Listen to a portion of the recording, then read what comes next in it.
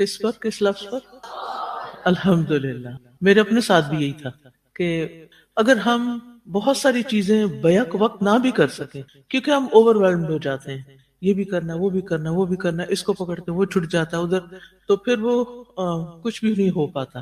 لیکن اگر چار چیزیں ہم نے سیکھی ہیں تو ان میں سے اگر دو بھی یا ایک بھی ہم پکڑ لیں، اور صرف اس دن کے لیے نہیں بلکہ فار لائف، کہ جب بھی اللہ اکبر کا لفظ سنیں یا بولیں تو ہمارے دل میں اللہ کی بڑائی کا احساس پیدا ہو. ٹھیک ہے، اگر ہماری زندگی میں اللہ تعالیٰ کی بڑائی کا احساس پیدا ہو گیا تو بہت سی چیزیں خود بخود درست ہونے لگیں گی، ہمارے باقی اعمال درست ہونا شروع ہو جائیں گے کیونکہ ہم نے اللہ کو بڑا مان لیا نا، کہ اللہ سب سے بڑا ہے. کس کس سے؟ میرے نفس سے، میری مرضی سے، میری عقل سے، میرے والدین سے، میرے استادوں سے، میرے بزرگوں سے، پورے معاشرے سے، دنیا بھر کے عالموں سے، اور کس سے بڑا؟ جی جی، جن جن چیزوں سے بھی ہم انسپائر ہوتے ہیں نا، جن چیزوں کی بھی ہمارے دلوں میں بڑی عظمت ہے اور ہم بہت ان سے متاثر ہوتے ہیں، اور جہاں آپ کو دین پر عمل کرنا مشکل لگے تو آپ فوراً کہیں اللہ اکبر، اللہ سب سے بڑا ہے.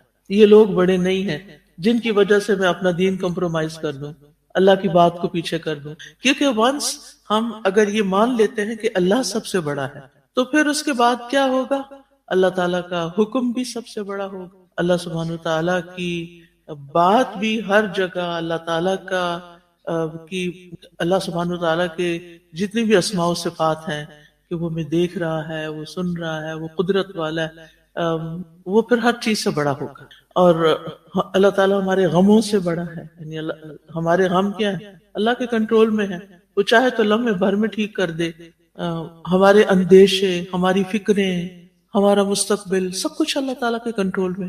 تو اس لیے ہمیں کیا نہیں کرنا، یہ نہیں بھولنا کیا اللہ سب سے بڑا ہے. تو ایسا کریں کہ ایک کیلی گرافی کا کمپٹیشن کر لیں، اللہ اکبر لکھوانے کا یا اس کی ڈیزائننگ کروانے کا. پچھلی دفعہ بھی میرا خیال ہے میں نے یہ ایکٹیویٹی کروائی تھی، ٹھیک ہے نا. تو جو لوگ نئے شامل ہوئے ہیں ان کورسز میں، وہ اگر یہ کر سکیں یا دوبارہ سے کر لیں، اور پھر اس کو اذان کے وقت، نماز کے وقت، نماز کا آغاز بھی اسی سے ہوتا ہے نا، اذان کا آغاز بھی اللہ اکبر سے اور نماز کا آغاز بھی اللہ اکبر سے، ٹھیک ہے. تو اس لیے پھر کیا کرنا ہے؟ اللہ کو سب سے بڑا مان لینا ہے، ایک بات ہی. دوسری کوئی چیز، کوئی کی ورڈ، کوئی بات جو آپ کے ذہن میں، دل میں، خیال میں ایک سے زیادہ بار آئی ہو کلاس سے جانے کے بعد، نماز کامیابی کا ذریعہ، فلاح، سکسس، ہم سب کامیاب ہونا چاہتے ہیں. کامیابی کے لیے نماز. اب دیکھیں کہ انبیاء علیہ السلام کو جب کوئی پریشانی آتی تھی وہ کیا کرتے تھے؟ نماز کی طرف دوڑتے، نماز پڑھتے تھے. تو اس سے کیا پتہ چلتا ہے کہ نماز کیا ہے؟ اس مشکل سے نکلنے کا ذریعہ ہے، کامیاب ہونے کا ذریعہ، ٹھیک ہے. تو ہر مرحلے پر آپ کامیاب ہو سکتے ہیں، دنیا کے بھی اور آخرت کے بھی. دنیا میں بھی کامیاب ہونے کے لیے ہمیں کئی دفعہ مشکل پڑی ہوتی ہے، تو آپ کیا کریں؟ نماز کی طرف جائیں، نماز پڑھیں، جس کو عام طور پہ ہم صلاۃ حاجت کہتے ہیں. جو بھی کوئی حاجت ہے، کوئی غم ہے، کوئی دکھ ہے، کوئی پریشانی ہے، کوئی گناہ پنچ کر رہا ہے، کوئی ریگریٹس ہو رہے ہیں، کچھ بھی ہو رہے ہیں، ان سارے بوجھوں کو ہٹانے کے لیے نماز کی طرف دوڑیں. آپ کامیاب ہو جائیں گے اپنے مقصد میں. ہر مقصد میں کامیاب ہونے کے لیے نماز کافی ہے. باقی محنت، کوشش وغیرہ تو چلتی رہے گی، وہ تو ویسے بھی آپ کریں گے. تو نماز آپ کو ایک اسٹرینتھ دے گی، آپ کے اندر ایک طاقت پیدا کر دے گی. اور کوئی چیز، تین چیزیں تو کم از کم دہرانی چاہیے. تیسری چیز، جی بولیے. 10 آؤٹ آف 10 کیسے لینے ہیں؟ ٹھیک ہے نا، 1 آؤٹ آف 10 نہیں، 10 آؤٹ آف 10، ٹھیک ہے. اور اگر کوئی بات آپ کرنا چاہیں تو اچھا ہوگا، لیکن اگر نہیں تو پھر ہم آگے چل سکتے. جی آمنہ، آپ مائک دیجیے. آمنہ. السلام علیکم. وعلیکم السلام. فاعوذ باللہ من الشیطان الرجیم، بسم اللہ الرحمن الرحیم. رب اشرح لی صدری ویسر لی امری واحلل عقدۃ من لسانی یفقہوا قولی. آج ہم ذرا اذان کا کچھ معنی اور فضیلت وغیرہ دیکھیں گے. لغت کے اعتبار سے اذان کا مطلب ہوتا ہے کسی کو آگاہ کرنا، کسی کو مطلع کرنا، اعلان کرنا. لیکن شرعی اصطلاح میں اذان سے مراد خاص ذکر کے ساتھ نماز کے وقت کے داخل ہو جانے کے بعد نماز کے بارے میں مطلع کرنا. یعنی خاص ذکر کیا ہے؟ جو یہ اذان کے الفاظ ہیں، ٹھیک ہے. اور یہ کب ادا کیے جاتے ہیں؟ جب وقت داخل ہوتا ہے. اور کیوں کیے جاتے ہیں؟ یہ الفاظ کیوں ادا کیے جاتے ہیں؟ تاکہ مؤذن جو ہے وہ لوگوں کو خبردار کرے، اعلان کرے کہ لوگوں، نماز کا وقت ہو چکا ہے، اٹھو، کام چھوڑو، نیند چھوڑو، آرام چھوڑو اور نماز کے لیے آ جاؤ. اچھا، اذان کی ابتدا کیسے ہوئی؟ اس کے بارے میں سنن نبی داؤد کی ایک روایت ہے. ابو عمیر بن انس اپنے ایک انصاری چچا سے روایت کرتے ہیں کہ نبی صلی اللہ علیہ وسلم فکر مند ہوئے کہ کس طرح لوگوں کو نماز کے لیے بر وقت جمع کیا جائے، کیونکہ نماز باجماعت ہوتی تھی نا، مردوں کے لیے تو لازم ہے باجماعت نماز، تو سب کو کیسے اکٹھا کیا جائے. تو آپ سے کہا گیا کہ نماز کے وقت جھنڈا بلند کر دیا جائے، لوگ جب اسے دیکھیں گے تو ایک دوسرے کو بتا دیں گے. تو لیکن آپ کو یہ رائے پسند نہیں آئی. پھر نرسنگے کا ذکر کیا گیا، جیسے بگل بجایا جاتا ہے نا، جو یہود کا ہوتا ہے. یہ رائے بھی آپ کو پسند نہ آئی کیونکہ آپ ان کو کاپی نہیں کرنا چاہتے تھے. فرمایا یہ یہودیوں کا عمل ہے. پھر آپ سے ناقوس کا ذکر کیا گیا تو آپ نے فرمایا یہ نصارہ کا عمل ہے. چنانچہ عبداللہ بن زید بن عبد ربہ مجلس سے لوٹے تو اسی فکر میں غلطاں تھے، یعنی یہی سوچے جا رہے تھے کہ کیا کیا جائے. تو ہوا یہ کہ انہیں خواب میں رسول اللہ صلی اللہ علیہ وسلم آئے تو خواب میں آذان بتائی گئی. چنانچہ وہ صبح کو رسول اللہ صلی اللہ علیہ وسلم کی خدمت میں پہنچے اور آپ کو خبر دی کہ اے اللہ کے رسول، میں سونے جاگنے کی کیفیت میں تھا کہ میرے پاس ایک آنے والا آیا اور مجھے اذان بتا گیا. رسول اللہ صلی اللہ علیہ وسلم خواب میں نہیں آئے تھے، سوری، ایک کوئی آنے والا آیا تھا، یعنی اس کا نام نہیں پتا، یہ شکل نہیں پتا. ان کو وہی فکر تھی جو رسول اللہ صلی اللہ علیہ وسلم کو تھی کہ کس طرح آگاہ کیا جائے. تو پھر عبداللہ بن زید کو، یہ لفظ یاد رکھے گا، عبداللہ بن زید رضی اللہ عنہ کو خواب میں ایک شخص نظر آیا جو انہیں آذان سکھا گیا. عمر بن خطاب بھی اس سے پہلے یہ اذان خواب میں دیکھ چکے تھے، مگر 20 دن تک خاموش رہے. پھر انہوں نے نبی صلی اللہ علیہ وسلم کو بتایا تو آپ نے فرمایا ہمیں خبر دینے سے تمہیں کس چیز نے روکا تھا؟ اس حدیث سے 2-3 باتیں پتہ چل رہی. ایک تو یہ کہ نبی صلی اللہ علیہ وسلم صحابہ کوئی بھی فیصلہ کرنے سے پہلے صحابہ سے مشورہ کرتے تھے، اور جو مختلف مشورے آتے تو ہر ایک کا مشورہ قبول بھی نہیں کرتے تھے. اور پھر جس بارے میں صحابہ سے مشورہ کیا جاتا، صحابہ اس معاملے کو اون کر لیتے تھے، اس کو اپنی فکر بنا لیتے تھے کہ ہمیں مل کے کوئی صحیح فیصلہ کرنا ہے، کسی نتیجے تک پہنچنا ہے. تو یہاں ہم دیکھتے ہیں نا کہ عبداللہ بن زید آپ کی مجلس سے واپس آئے تو اسی فکر میں تھے جس میں رسول اللہ صلی اللہ علیہ وسلم تھے. لہٰذا کیا ہوا، انہوں نے خواب میں اذان دیکھ لی. اب ایک اور چیز یہ کہ عمر بن خطاب 20 دن پہلے یہ خواب دیکھ چکے تھے، یہ خاموش رہے. کیوں؟ ہمارے ذہن میں تو ایک آئیڈیا ہے نا، تو ہم دوسرے کی بات کاٹ کے کہتے ہیں آئیڈیا، اور میں تو اب تمہاری نہیں سنتے، میں تو اپنی بتاؤں گی. یہ حالانکہ حضرت عمر رضی اللہ عنہ جو تھے وہ بہت ایک جلالی شخصیت تھے، لیکن ان کا صبر اور تحمل بھی مثالی تھا جو ہم بھول جاتے ہیں. ہم ان کا جلال تو یاد رکھتے ہیں، ان کا صبر و تحمل بھول جاتے ہیں. لہٰذا ہم ان کو آئیڈیالائز کرتے ہیں کس کام کے لیے؟ اپنا غصہ دکھانے کے لیے، اپنی فرسٹریشن دور کرنے کے لیے کہ ہم ان کو فالو کر رہے ہیں، which is wrong. ان کو تو کوئی کہتا تھا کہ یہ بات ٹھیک نہیں تو وہ اپنا گال زمین پہ رکھ دیا کرتے تھے، اتنی عاجزی تھی ان کے اندر. تو بعض اوقات ایک اچھا خیال آپ کے ذہن میں ہو سکتا ہے، لیکن آپ اپنی رائے کو اس لیے روک کے رکھتے ہیں کہ دوسرے بھی اپنی رائے دے سکیں، اور ہو سکتا ہے کہ کسی کی رائے ان کی رائے سے، کسی کا خواب ان کے خواب سے زیادہ بہتر ہو سکتا ہے. تو بات کرتے ہوئے، رائے دیتے ہوئے دوسروں کی رائے کا احترام کرنا، ان کو وقت دینا، اپنی بات کو 20 دن تک اندر رکھنا، اس سے کیا پتہ چلتا ہے؟ یعنی ایک چیز آپ کو پتہ بھی ہو، اور یہی سے پھر یہ کہ ہمیں نا بعض اوقات دوسروں کی کچھ باتیں پتہ بھی ہوتی ہیں لیکن دوسرے اس کو مان نہیں رہے ہوتے، مگر ہمیں عین الیقین ہوتا ہے. تو کیا ممکن ہے کہ ہم اس بات کو اپنے اندر ہی رکھیں؟ بہت سی چیزیں ہر وقت بولنے کی نہیں ہوتی، کہنے کی نہیں ہوتی، بتانے کی نہیں ہوتی.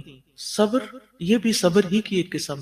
تو یہاں پر نبی صلی اللہ علیہ وسلم نے ان سے پوچھا کہ تم نے کیوں نہیں بتایا؟ تو انہوں نے کہا کہ عبداللہ بن زید مجھ سے سبقت لے گئے تھے، اس لیے مجھے حیا آئی. تو رسول اللہ صلی اللہ علیہ وسلم نے فرمایا اے بلال کھڑے ہو جاؤ، دیکھو جو عبداللہ بن زید تمہیں بتائے وہی کرو. چنانچہ بلال رضی اللہ عنہ نے سب سے پہلی آذان دی.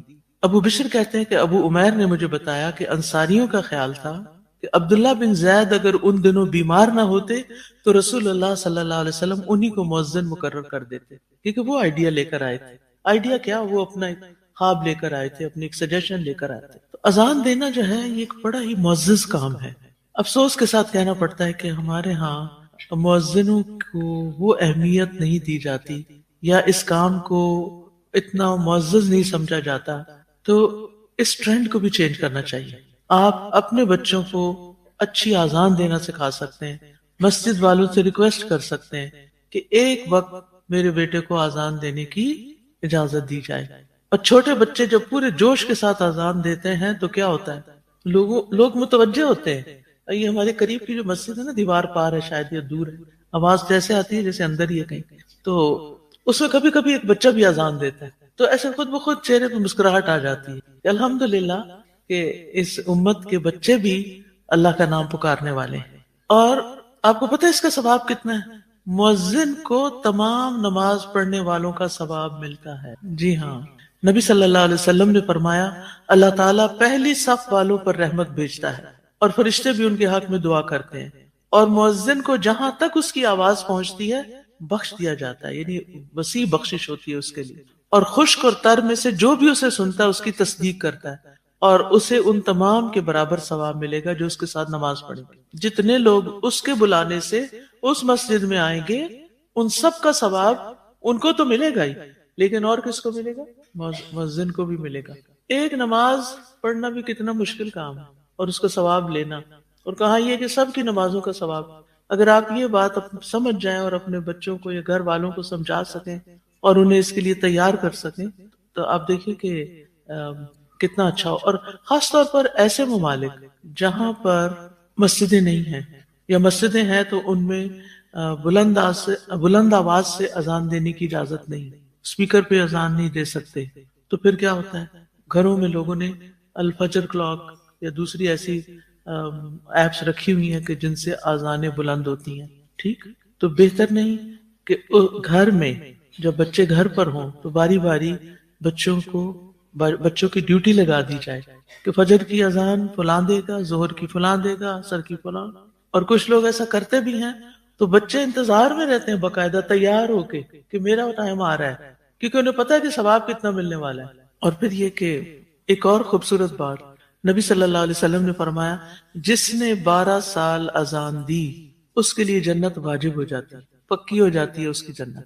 پھر شیطان بھی اذان سے بھاگتا ہے، تو جس گھر میں اذانیں دی جائیں گی وہاں سے شیطان رخصت ہو جائے گا، یعنی نماز کے ٹائم پر.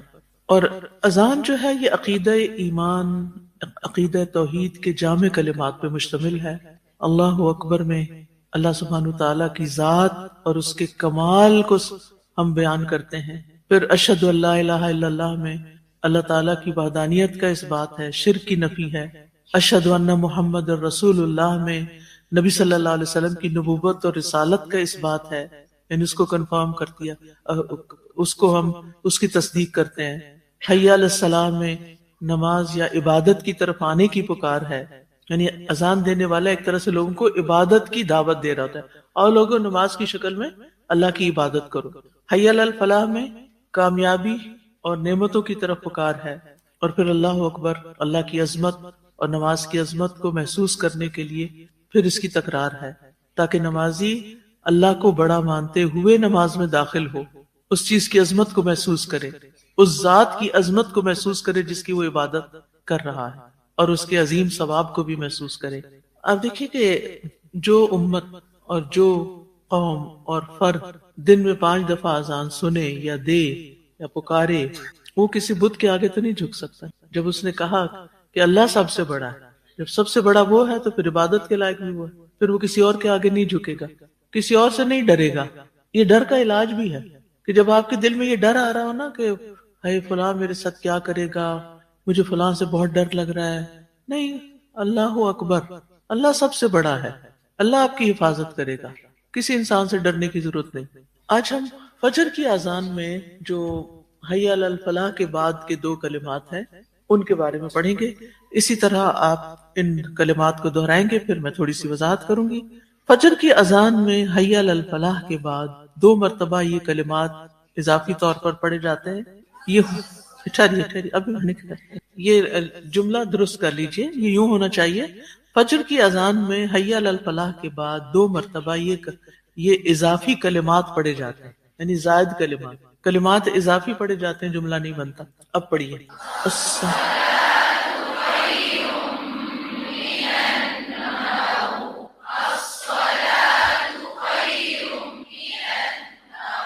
الصلاۃ نماز خیر بہتر ہے من النوم نیند سے، نماز نیند سے بہتر ہے، نماز نیند سے بہتر ہے۔ واقعی کیسے بہتر ہے آپ کے خیال میں؟ نیند میں تو اتنا مزہ آتا ہے، نا سکون آتا ہے، اور صبح کی نیند تو اور بھی زیادہ اچھی لگتی ہے۔ ہاں؟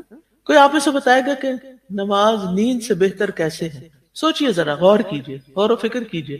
جب بھی آپ کوئی چیز پڑھیں نا تو سوچا بھی کریں، اپنا ذہن بھی استعمال کیا کریں۔ یہ تو آپ کو بتا دیا گیا کہ وہ ہے، it is a fact، لیکن ہاؤ؟ جی خوشبو، مائک دیجیے۔ آپ کے پاس مائک ہے، پہلے آپ بول لیجیے۔ جی استاذہ بولیے۔ اچھا، بالکل بالکل، جی ہاں۔ تو بیسیکلی یہ نفس کی ٹریٹمنٹ ہے، سیلف کنٹرول کی ہے، ٹھیک ہے نا؟ یعنی نیند قربان کر کے سردی کے موسم میں وضو کر کے اللہ کے حضور جھکنا، اور پھر مردوں کے لیے تو اور مشکل ہے، کیا؟ مسجد جانا، اس وقت گرم لحاف سے باہر نکل کے ٹھنڈی گلی میں پیدل جانا مسجد تک، اور مسجد اور بھی ٹھنڈی ہو۔ آپ کو پتا ہر مسجد میں یہاں ہیٹر نہیں ہے، اور جن ملکوں میں برف پڑتی ہے وہاں پر لوگ اپنی گاڑیوں سے برف صاف کر کے ان کو کافی دیر پہلے اٹھنا پڑتا ہے اور رستہ بنانا پڑتا ہے باہر نکلنے کے لیے، ان کے لیے اور مشکل۔ لیکن سبحان اللہ، اللہ نے ایسے لوگ بھی دنیا میں پیدا کیے، اور دنیا کے ہر خطے میں ایسے لوگ ہیں کہ جو ساری رکاوٹوں کو عبور کر کے اللہ کے گھر پہنچ جاتے ہیں۔ بات ساری نیت اور ارادے کی، آپ کیا چاہتے ہیں۔ آپ ایکٹیو ہو جاتے ہیں، نحوست ختم ہو جاتی ہے، غفلت سے جاگ اٹھتے ہیں، آپ کی عبادت شروع ہو جاتی ہے۔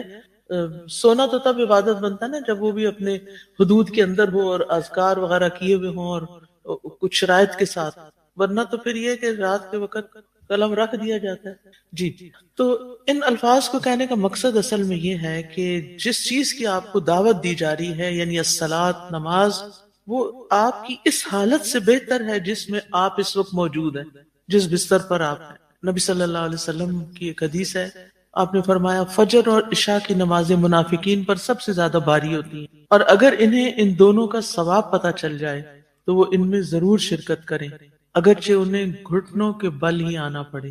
عشاء کی نماز میں بہت تھکاوٹ ہو چکی ہوتی ہے، اور فجر کی نماز میں بستر بہت اچھا لگ رہا ہوتا ہے، لیکن جس کے دل میں اللہ اکبر سما جائے وہ پھر اذان کی آواز آتے ہی اٹھ جاتا ہے۔ الصلاۃ خیر من النوم، تو نیند جو ہوتی ہے وہ نفس کی آواز کو سنتی ہے، اور نماز اللہ کی آواز یعنی مؤذن کی آواز کو سنتی۔ نیند موت کا دوسرا نام ہے، نماز زندگی بخشتی ہے۔ نیند سے بدن کو راحت ملتی، نماز سے روح کو راحت ملتی۔ نیند میں تمام انسان برابر ہوتے ہیں، بادشاہ، فقیر، امیر، غریب، کافر، مومن، سب ایک جیسے ہوتے ہیں۔ ایسے ہی ہے، ایک فقیر نے ایک بادشاہ کو کہا تھا کہ میرے اور آپ میں اگر فرق ہے تو صرف دن کے وقت ہے، رات کو ہم دونوں برابر ہوتے ہیں، آپ بھی سو جاتے ہیں، میں بھی سو جاتا ہوں، تو رات کو تو بادشاہ بادشاہ نہیں ہوتا نا، سویا ہوا۔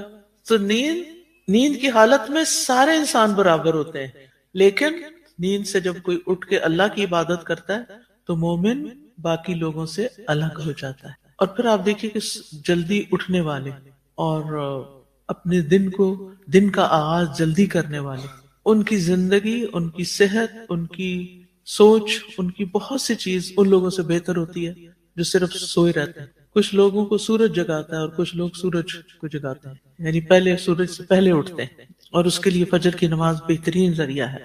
فجر کی سنتیں دنیا اور ان کی تمام اشیاء سے بہتر ہیں۔ نماز فجر بندے کو اللہ کی حفاظت میں دے دیتی ہے، یعنی فجر کی نماز ادا کرنے والا اللہ کے ذمے میں آ جاتا ہے۔ ہر روز جب ہم بستر سے اٹھتے ہیں اللہ کے نام کے ساتھ، اللہ کو پکارتے ہوئے، تو اسی طرح جب قبروں سے اٹھیں گے سو کر ایک لمبی نیند، تو پھر کیا کریں گے؟ پھر کس کا نام لے کے اٹھیں گے؟ اللہ کا نام۔ تو انشاءاللہ یہ صبح کا اٹھنا، صبح کے وقت نیند سے جاگ کر اللہ کا ذکر کرنا، موت کے بعد قبر سے اٹھنے میں بھی مددگار ہوگا۔ اور ویسے بھی آپ دیکھیں کہ جو عشاء کی نماز پڑھے اور پھر فجر کی پڑھے تو اس کے لیے پوری رات کے قیام کا اجر ہوتا ہے۔ اور یہ آگ سے بچانے والی نماز ہے فجر کی نماز جو ہے، اور فجر کی نماز نہ پڑھنا نفاق کی علامت ہے۔ صحابہ جب کسی کو نہیں دیکھتے تھے فجر کے وقت تو اس کے اوپر برا گمان کرتے تھے۔ اب یہ ہے کہ اس وقت اٹھنے کے لیے کیا کرنا چاہیے، اگرچہ یہ حی الصلاۃ خیر من النوم سے ڈائریکٹلی ریلیٹڈ نہیں، لیکن ون وے اور دی ادر ہم سب سے ریلیٹڈ ہے۔ کیا چیزیں انسان کو اس وقت اٹھاتی ہیں؟ ایک تو اذان سن لی آپ نے، بائی دا وے کتنے لوگ حی الصلاۃ خیر من النوم کی آواز بھی سنتے ہیں؟ ماشاءاللہ ہاسٹل والے تو سارے سنتے ہیں، کیونکہ یہ مجھے پتا ہے کہ وہ اس سے یعنی تہجد کے لیے اٹھتے ہیں ماشاءاللہ۔ تو اس بات کی حسرت رکھا کریں کہ ہمیں وہ آواز آئے، لیکن اب مشکل یہ ہے کہ سردیاں ہیں، کھڑکیاں دروازے سب بند، جو اذانیں پہلے قریب سے آتی تھی وہ بھی دور ہو گئی۔ اینی وے کیا کرنا چاہیے کہ آپ صبح جلد اٹھ سکیں، رات کو جلدی سونا، عشاء پڑھے بغیر، عشاء پڑھنے کے بعد، اور پھر سوتے ہوئے سچی نیت کرنا کہ اللہ میں نے اٹھنا ہے، آپ مجھے اٹھائیں۔ جو کچھ لوگوں نے اپنا واقعہ بتایا کہ وہ اللہ تعالیٰ سے بات کرتے ہیں، دعا کرتے ہیں، اللہ میں نے اتنے بجے اٹھنا ہے، اور اٹھ جاتے ہیں۔ اللہ تعالیٰ فرشتے مقرر کر دیتے ہیں جو ان کو جا کے اٹھاتے ہیں۔ اچھا کچھ لوگ کی آنکھ کھل بھی جاتی ہے، پھر وہ کہتے ہیں نا پنجابی پاسا بلا کے تو دوبارہ پھر سو جاتے ہیں، پھر وہ اس سے بھی بہتر نیند میں سوتے ہیں جو پہلے تھی۔ تو اس کا بھی خیال رکھنا ہے کہ کہیں ایک دفعہ آنکھ کھلے اور پھر دوبارہ شیطان آپ کے اوپر غلبہ نہ پالے، کیونکہ ہر دفعہ ایک گرہ کھلتی ہے نا جب انسان اٹھتا ہے اور وضو کرتا نماز پڑھتا ہے۔ پھر یہ ہے کہ گھر والوں سے مدد طلب کریں، یا اگر کوئی گھر میں ایسا نہیں سارے ہی سوتے ہیں اور آپ کو اٹھنا ہوتا ہے، کیونکہ کچھ گھرانے ایسے بھی ہوتے ہیں کہ جہاں پورا گھر سوتا ہے اور ایک اللہ کا بندہ اٹھتا ہے اس میں، اور وہ دوسروں کو اٹھاتا ہے، کوئی نہیں سنتا اس کی بات۔ ہو سکتا ہے آپ میں سے بھی کچھ لوگ ایسے ہوں۔ تو پھر ایسی صورت میں گھر والوں سے بھی مدد لیں، الارم لگائیں۔ کچھ لوگوں کی نیند جو ہے وہ کافی صبح کے وقت اٹھنا، ان کے لیے اٹھنا مشکل ہوتا ہے بائی نیچر، کچھ لوگ ہوتے ہیں ایسے۔ تو اگر خود سے آپ نہیں مینج کر سکتے، اول تو جب آپ اڈلٹ ہو جاتے ہیں نا تو ماں باپ کی ذمہ داری ختم، اب ذمہ داری ساری کی ساری آپ کے اپنے اوپر ہے۔ تو پھر آپ نے کیا کرنا ہے، کسی اور سے مدد لینی ہے، اور گھر والوں کو بھی جگانا چاہیے، بچوں کو بیدار کرنا چاہیے۔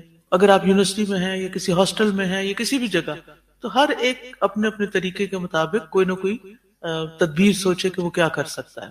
جی اچھا، پھر دوسروں کو اجازت دیں کہ وہ آپ کے منہ پہ پانی پھینک سکے اگر آپ کی نیند ایسی ہے کہ جو کسی بھی طرح نہیں کھلتی۔ وہ حدیث میں بھی آتا ہے نا کہ جو شوہر اپنی بیوی کو اٹھاتا نہیں اٹھتی تو وہ اس کے اوپر پانی پھینکتا ہے، اور وہ اسی طرح وائف بھی شوہر کے اوپر، تو اللہ سبحانہ تعالیٰ کی انہیں محبت حاصل ہوتی اس عمل سے۔ پھر اسی طرح یہ ہے کہ کسی ایسی جگہ نہ سوئیں جہاں کسی کو پتہ ہی نہیں کہ آپ کہاں سوئے ہوئے، کہ کوئی اٹھا ہی نہ سکے۔ اور پھر یہ ہے کہ جب اٹھ جائیں تو بس اٹھ جائیں، یہ نہیں کہ اچھا اس نیت سے اٹھیں کہ ابھی واپس آ کے سونا ہے، یہ نیت نہیں ہونی چاہیے۔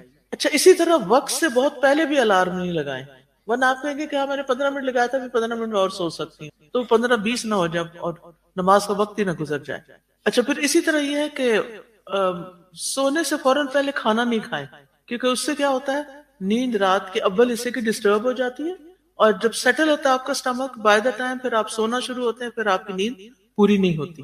ایک اور چیز جو بہت فائدہ مند ہے، دن میں قیلولہ کرنا بہت فائدے کی چیز ہے، پاور نیپ جس کو کہتے ہیں۔ اور پاور نیپ کا مطلب گھنٹوں سونا نہیں ہوتا کہ آپ پہلے سے بھی زیادہ کمزوری محسوس کریں اٹھ کے۔ آپ 5 منٹ کے لیے بھی خاموش ہو کے، اپنی آنکھیں بند کر کے، کسی جگہ پر سٹل ساکت ہو کے، اپنے سارے اعضاء ڈھیلے چھوڑ کے آپ ریلیکس کریں، اور اگر سو سکے 15 منٹ 20 منٹ تک سو جائیں تو اس سے بھی بہت فرق پڑتا ہے۔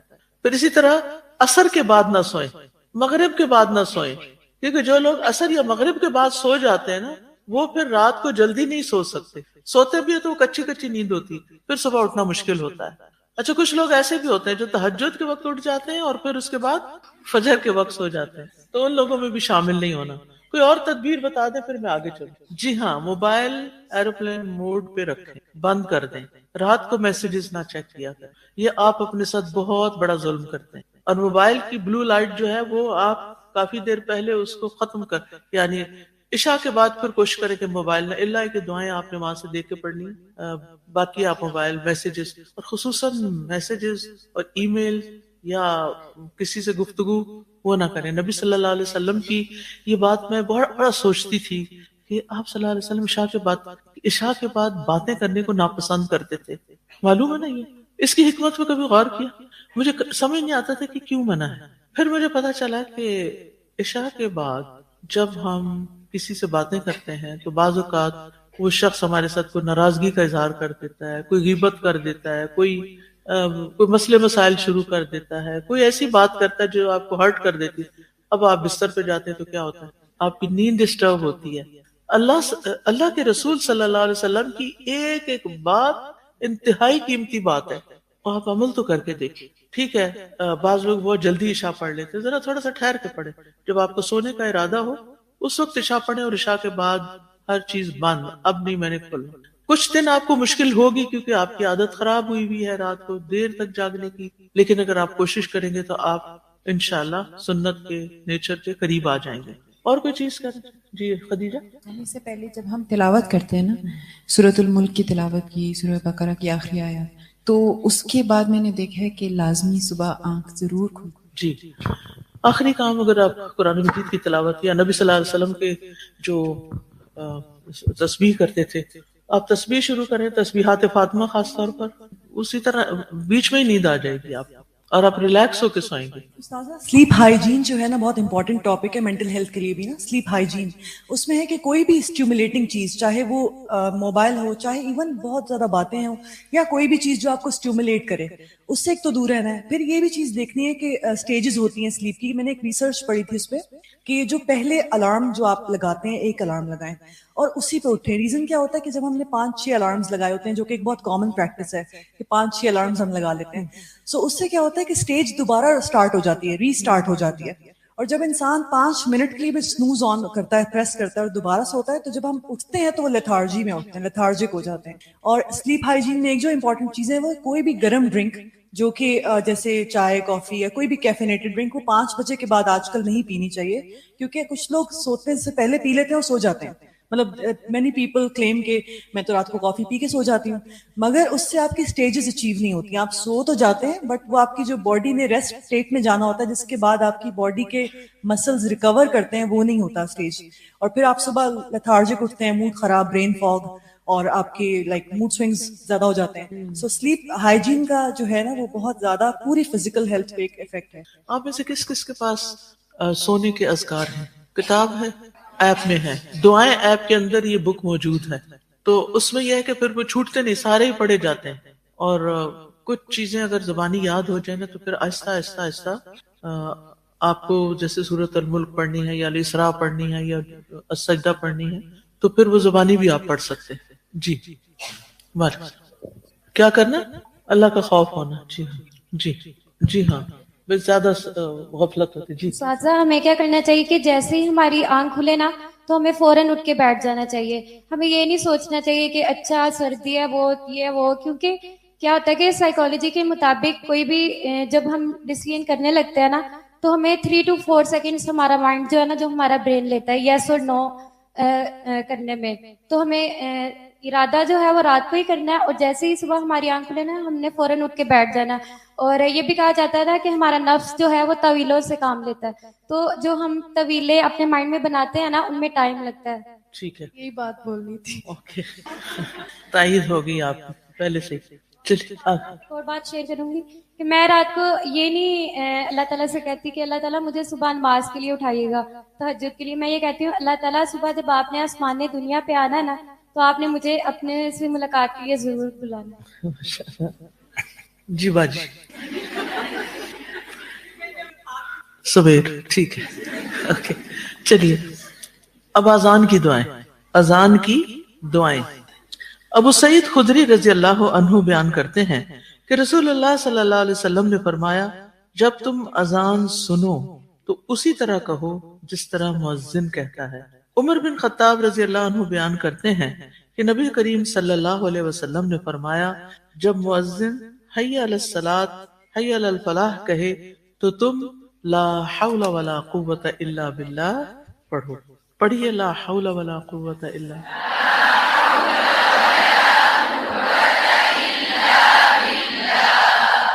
شاباش. اذان کا جواب دینا جو ہے یہ بہت ہی فائدے کی چیز ہے. اس سے ہم پھر متوجہ ہو جاتے ہیں نماز کی طرف. یعنی اگر کوئی اذان کی پرواہ نہیں کرتا نا تو پھر وہ نماز میں بھی تاخیر کرے گا یا نہیں پڑھے گا. تو اذان کا جواب ایک طرح سے ہمیں پابند کر دیتا ہے کہ ہم آ رہے ہیں. ہاں ہم بھی یہی بات کہہ رہے ہیں, ہم بھی یہ مانتے ہیں, جو آپ ہمیں کہہ رہے ہیں وہی ہماری بات بھی ہے. ابو ہریرہ رضی اللہ عنہ سے مروی ہے, وہ کہتے ہیں کہ ایک مرتبہ ہم رسول اللہ صلی اللہ علیہ وسلم کے ساتھ یمن کے کسی بالائی حصے میں تھے کہ بلال رضی اللہ عنہ آذان دینے کے لیے کھڑے ہوئے. جب وہ آذان دے کر خاموش ہوئے تو رسول اللہ صلی اللہ علیہ وسلم نے فرمایا, جو شخص بلال کے کہے ہوئے کلمات کی طرح دل کے یقین کے ساتھ یہ کلمات کہے وہ جنت میں داخل ہوگا. یعنی اذان کا جواب دینا جنت میں جانے کا ذریعہ ہے. لیکن بڑا ہی دکھ اور افسوس اور تکلیف ہوتی ہے جب لوگ اذان کی پرواہ نہیں کرتے. کئی دفعہ کہنا پڑتا ہے چپ ہو جاؤ, اذان ہو رہی ہے, جواب دو, توجہ کرو. جو لوگ ہاسٹل میں نا خاص طور پر وہ سب ایک دوسرے کو خاموش کروائیں گے اگر کوئی اذان کے وقت بول رہا ہوگا, ٹھیک ہے. اور اپنے گھر میں بھی اگر اور لوگ بول رہے ہیں تو آپ نے نہیں بولنا, آپ نے جواب دیتے جانا ہے. اور اگر کوئی آپ سے بات کرے تو آپ کیا کریں, اشارے سے اذان ہو تو سمجھ جائیں گے. آپ نے اپنے عمل سے دوسروں کو بھی اس چیز کا پابند کرنا ہے. کیا ہم میں سے ہم جنت میں نہیں جانا چاہتے واقعی؟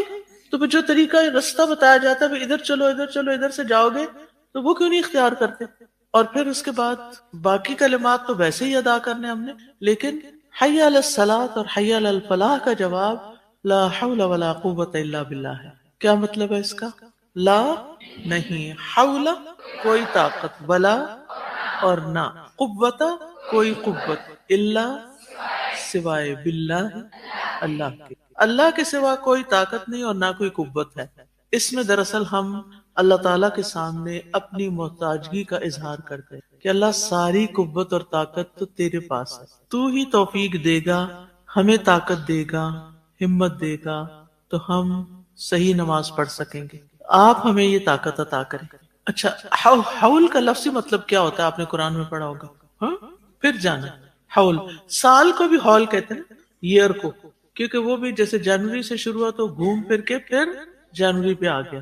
تو حولہ یعنی ایک حالت سے دوسری حالت میں جانے کی قوت ہی نہیں, ولا قوت, نہ ہی کوئی انرجی ہے میرے پاس, الا باللہ, مگر اللہ کی مدد سے. یا اللہ میں محتاج ہوں, میرے پاس تو ہمت ہی نہیں کہ میں تیری عبادت ویسے کروں جیسے کرنی چاہیے, آپ مجھے قوت عطا کر. تو اس طرح انسان کے اندر کوئی تکبر نہیں آتا, اپنے اوپر مان نہیں ہوتا کہ میں نے یہ کیا میں نے وہ کیا, بلکہ سارا کریڈٹ کس کو دیتے ہیں؟ اللہ سبحانہ وتعالیٰ کو. کہ ہم سو رہے تھے, سوتے ہوئے اٹھنے کی توفیق بھی کس نے دی, کس نے اٹھایا؟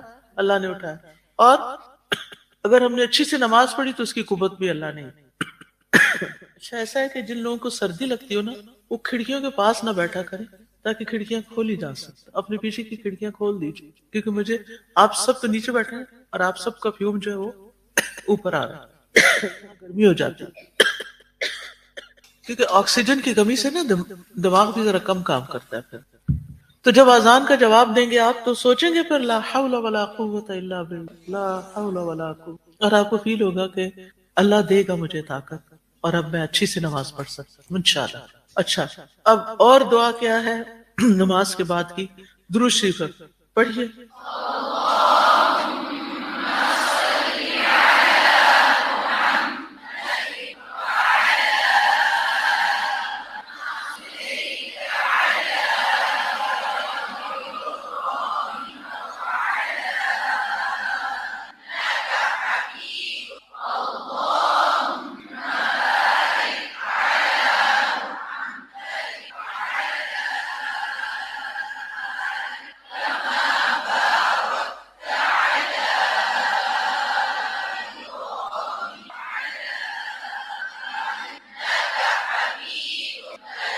اے اللہ محمد اور آل محمد پر رحمت نازل فرما جس طرح تو نے ابراہیم اور آل ابراہیم پر رحمت نازل فرمائی. بے شک تو بہت تعریف والا بہت بزرگی والا ہے. اے اللہ محمد اور آل محمد پر برکت نازل فرما جس طرح تو نے ابراہیم اور آل ابراہیم پر برکت نازل فرمائی. بے شک تو بہت تعریف والا بہت بزرگی والا ہے. عبداللہ بن عمرو بن العاص رضی اللہ عنہ سے روایت ہے, انہوں نے نبی صلی اللہ علیہ وسلم کو فرماتے ہوئے سنا, جب تم مؤذن کو سنو تو اسی طرح کہو جیسے وہ کہتا ہے، پھر مجھ پر درود پڑھو. ٹھیک ہے، یہ سنن نبی داؤد کی روایت ہے، جس سے ہمیں پتہ چلتا ہے کہ ہمیں اذان سن کر کیا کرنا چاہیے؟ درود شریف پڑھنا چاہیے. پھر فرمایا تحقیق جس نے بھی مجھ پر ایک بار درود پڑھا اس پر 10 رحمتیں نازل ہوں. اللہ اس پر 10 رحمتیں نازل کرتا ہے. اب آپ سوچئے کہ ہم نے اذان سنی، پھر کیا ہوا؟ جواب دیا، پھر کیا کیا؟ درود شریف پڑھ لیا، 10 رحمتیں آ گئی. جو یہ کام کر لے گا کیا وہ نماز کی طرف نہیں جائے گا؟ اس پہ رحمت آ گئی ہے. تو عبادت اللہ کی رحمت سے ہی ہوتی ہے نا، اللہ کی توفیق سے ہوتی ہے. اچھا، اللہ سبحانہ تعالیٰ محمد صلی اللہ علیہ وسلم پر صلوات بھیجتے ہیں، اس کا کیا مطلب ہے؟ رحمت بھیجتے ہیں. اور اس کا مطلب ہے اللہ سبحانہ تعالیٰ اپنے رسول صلی اللہ علیہ وسلم کی ملائے اعلیٰ، جو بلند فرشتوں کی مجلس ہے، مقرب فرشتے ہیں، ان میں ان کی تعریف کرتے ہیں. ٹھیک ہے، یعنی آپ صلی اللہ علیہ وسلم نے جو محنت کی، جو دین پھیلایا، اور جس طرح قربانیاں کی اور تکلیفیں اٹھائیں، ان سب پر آپ کی تعریف کی جاتی ہے، صرف دنیا میں نہیں بلکہ ملائے اعلیٰ میں. اچھا، اللہم صلی علی محمد وعلی آل محمد. سبحان اللہ، یعنی صرف محمد صلی اللہ علیہ وسلم نہیں، آل محمد بھی شامل ہوگی یہ بیچ میں. آل محمد کون ہے؟ بس آپ کا خاندان؟ نہیں، آپ کے پیروکار، شابش، آپ کے فالوورز. اور ایک قول ہے آل محمد سے آپ کے ایمان والے رشتہ دار اور قرابت دار مراد ہیں. وہ تو ہیں ہی، لیکن آپ کے پیروکار، آل سے مراد، جیسے آل فرعون تھی نا، تو آل فرعون کے تو بچے ہی نہیں تھے، تو اس کی آل کون تھی پھر؟ اس کے فالوورز، اس کی قوم. ٹھیک ہے، تو یہی قول جو ہے نا زیادہ راجح ہے، ترجیح والا ہے کہ آل سے آپ کے پیروکار مراد ہیں. تو اب رحمت بھیج بھی ترجمہ کیا جاتا ہے، اور اس کے ساتھ یہ کہ آپ کی تعریف کی جائے، یعنی آپ کے جو صحیح معنوں میں فالوورز ہیں وہ قابل تعریف ہیں، ان کی تعریف ہوتی ہے. کہاں اور کون تعریف کرتا ہے؟ اللہ سبحانہ تعالیٰ. کما صلیت علی ابراہیم وعلی آل ابراہیم، کما جیسا کہ. ٹھیک ہے، یعنی جس طرح تیری طرف سے ابراہیم علیہ السلام اور ان کی آل پر فضل و کرم ہو چکا ہے، تو اسی طرح آپ اپنی طرف سے محمد صلی اللہ علیہ وسلم اور آپ کی آل کو بھی فضل و کرم، مہربانی عطا کریں، اپنا فضل و کرم اور مہربانی عطا کریں. اور ابراہیم علیہ السلام اور ان کی آل کے ساتھ محمد صلی اللہ علیہ وسلم اور آپ کی آل بھی ملا دی گئی. اچھا، یہاں پر پہلے تو صلاۃ کا لفظ آیا ہے، دوسرا برکت کا معنی ہے، بارک علی محمد. برکت کا کیا معنی ہوتا ہے جی؟ تھوڑے سے کام، تھوڑی چیز کا زیادہ فائدہ. ٹھیک ہے، برکت کے اندر 2 معنی پائے جاتے ہیں، النمو والثبات، یعنی زیادہ بھی اور قائم بھی رہے. ٹھیک ہے، یعنی برکت سے مراد بھلائیوں کی کثرت بھی ہو، ہمیشہ بھلائیاں حاصل ہوتی رہیں، اور بھلائیاں جاری بھی رہیں، بھلائیاں جاری رہیں، ہوتی رہیں. یعنی جس طرح اللہ سبحانہ تعالیٰ نے حضرت ابراہیم علیہ السلام کو برکتیں عطا کی اور ان کی آل میں اتنے بے شمار پیغمبر آئے، تو اسی طرح دعا کی گئی کہ اللہ تعالیٰ محمد صلی اللہ علیہ وسلم اور آپ کی آل کو بھی برکتوں سے نواز. انک حمید مجید. حمید کا معنی حامد بھی ہے اور محمود بھی ہے. حامد فعیل کا وزن فاعل اور مفعول دونوں کا ہوتا ہے نا، یعنی اللہ سبحانہ تعالیٰ اپنے بندوں اور اولیاء کی تعریف بھی کرتے ہیں. ٹھیک ہے، اور اسی طرح اللہ کے ایسے بندے جو خاص بندے ہیں وہ اللہ تعالیٰ کی حمد و ثنا بیان کرتے ہیں کہ آپ حمد بیان، یعنی آپ اپنے پسندیدہ لوگوں کی تعریف بھی کرتے ہیں، اور وہ لوگ اللہ سبحانہ تعالیٰ کی حمد بھی بیان کرتے ہیں. اور مجید کا لفظ، مجید مجد والا، بزرگی والا، یعنی سارا اقتدار اور ساری بزرگی اور ساری ہر نعمت سب کچھ اللہ کے پاس ہے. جی اب چونکہ 3 منٹ ہے تو میں اگلی دعا نہیں شروع کر رہی. جی آپ بات کیجئے.